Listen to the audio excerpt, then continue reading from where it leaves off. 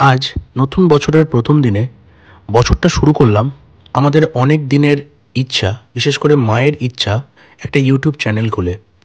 প্রথম ভিডিও কী দেবো তাই ভাবছিলাম, তখন মনে পড়ল আজ নিউ ইয়ারের সাথে সাথে কল্পতরু উৎসব। আর কল্পতরু উৎসব মানেই ইচ্ছা পূরণের দিন। আগে হ্যাঁ, আজকের দিনে শ্রী রামকৃষ্ণ পরমহংসদেবের কল্পতরুর অবতারের সামনে দাঁড়িয়ে মানুষ মন থেকে যা চায় তার সব ইচ্ছা পূরণ হয়।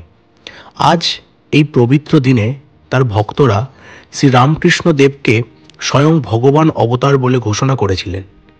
পরমহংসদেব বলেছিলেন, যত মত তত পথ।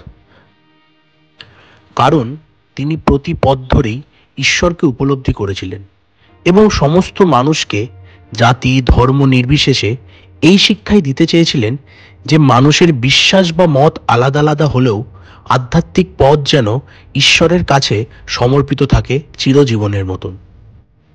তাই নতুন বছরের নতুন দিনে আমরা সবাই যেন এগিয়ে যেতে পারি শ্রীরামকৃষ্ণ পরমহংস দেবের এই মহান শিক্ষাকে অনুসরণ করে।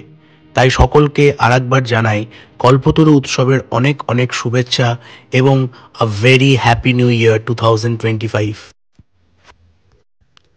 আর এই হলো আমাদের নতুন ইউটিউব চ্যানেল শ্রবণীস টুকিটাকি। অবশ্যই সাবস্ক্রাইব করে নিন।